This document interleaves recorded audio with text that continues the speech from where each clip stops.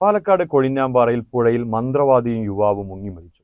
പാലക്കാട് കൊഴിഞ്ഞാമ്പാറ സ്വദേശി ഹസൻ മുഹമ്മദ്, കോയമ്പത്തൂർ സ്വദേശി യുവരാജ് എന്നിവരാണ് മരിച്ചത്. ശനിയാഴ്ച ഉച്ചയോടെയാണ് സംഭവം.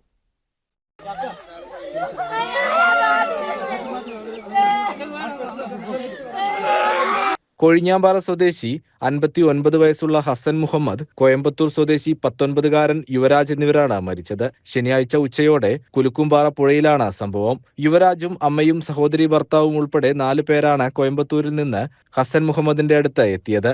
മകന് ജോലിയൊന്നും ശരിയാവുന്നില്ലെന്ന് പറഞ്ഞ് കഴിഞ്ഞ ശനിയാഴ്ച എത്തിയപ്പോൾ ഒരാഴ്ച കഴിഞ്ഞ് വീണ്ടും വരാൻ ആവശ്യപ്പെടുകയായിരുന്നു.